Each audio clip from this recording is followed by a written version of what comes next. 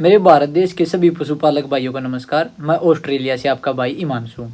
तो मेरे पशुपालक भाइयों, आप सभी को आज की इस वीडियो के अंदर मैं आपको बहुत अच्छी जानकारी दूंगा, क्योंकि बहुत सारे मेरे पशुपालक भाइयों का प्रश्न होता है कि हिमांशु भाई, हम थोड़ा सा संशय में हैं, थोड़ा सा कन्फ्यूजन हमारे को कि हम एआई करवाएं हमारे पशु को या नेचुरल ब्रीडिंग करवाएं, जो नेचुरल गर्भाधान होता है। तो सबसे पहले मेरे पशुपालक भाइयों, हमें जानना चाहिए कि ज़्यादातर पशुपालक, लगभग 70% पशुपालक भाई जो भी हैं, वो आज के दिन कृत्रिम गर्भाधान करते हैं, क्योंकि उसके पीछे कई मुख्य कारण हैं। सबसे पहला मुख्य कारण है कि इस विधि से हम कोई भी अच्छा बुल है, कोई भी अच्छी क्वालिटी की अगर हमें भैंस चाहिए, हमें पता है कि एक इस जगह पे, इस राज्य के इस ज़िले के अंदर अच्छी क्वालिटी का भैंसा होता है, या जिसको हम जोटा कहते हैं, वो मिल सकता है, तो वहाँ से हम उसका सीमन मंगवा सकते हैं। और अगर मेरे पशुपालक भाइयों, जैसे मैंने पिछली वीडियो में बताया था कि मैं आप सभी के लिए ऑस्ट्रेलिया से, अमेरिका से और डेनमार्क से और नीदरलैंड से, काफ़ी जगह से आपके लिए, जो मेरे पशुपालक भाई इच्छुक हैं, उनके लिए सीमन एक्सपोर्ट करूँगा यहाँ से इंडिया में, जिससे आप सभी अपने पशुओं की नस्ल सुधार कर पाओगे। तो मेरे पशुपालक भाइयों, अगर हमें सीमन एक्सपोर्ट करना है एआई के लिए तो हम आसानी से कर सकते हैं, परंतु अगर हमें एक बैल को ही एक्सपोर्ट करना पड़ जाए, कि अगर आपको कि हिमांशु भाई,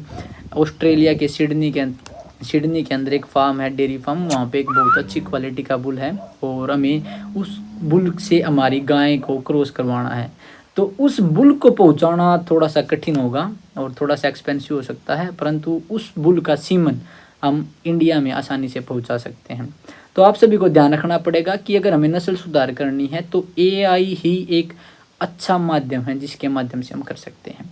परंतु इसमें क्या होता है कि हमें थोड़ा सा खर्चा ज़्यादा हो जाता है, क्योंकि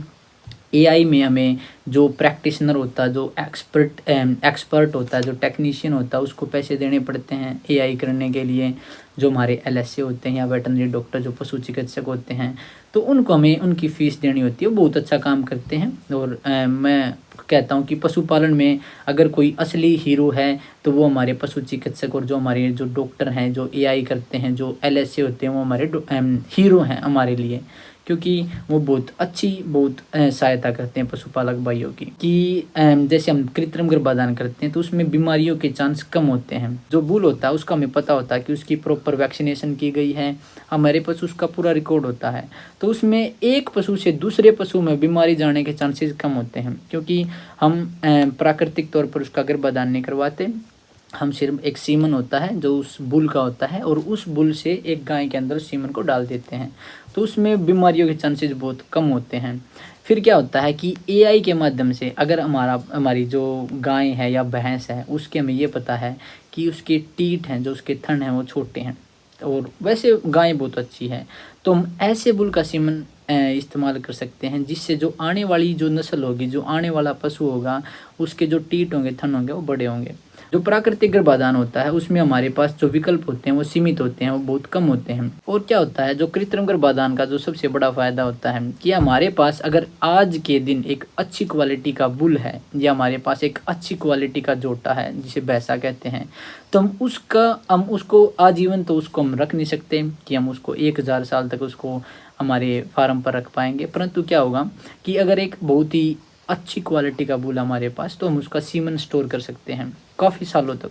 कई सालों तक हम उसको स्टोर कर सकते हैं एक नाइट्रोजन, लिक्विड नाइट्रोजन के अंदर, जिससे हम क्या करेंगे कि अगर हमारा पशु किसी बीमारी के कारण या किसी एक्सीडेंट के कारण या उम्र के कारण उसकी मृत्यु हो जाती है, फिर भी हम उससे बच्चे ले सकते हैं। परंतु जो कृत्रिम गर्भाधान होता है, एआई होती है, उसका सबसे बड़ी कमी क्या होती है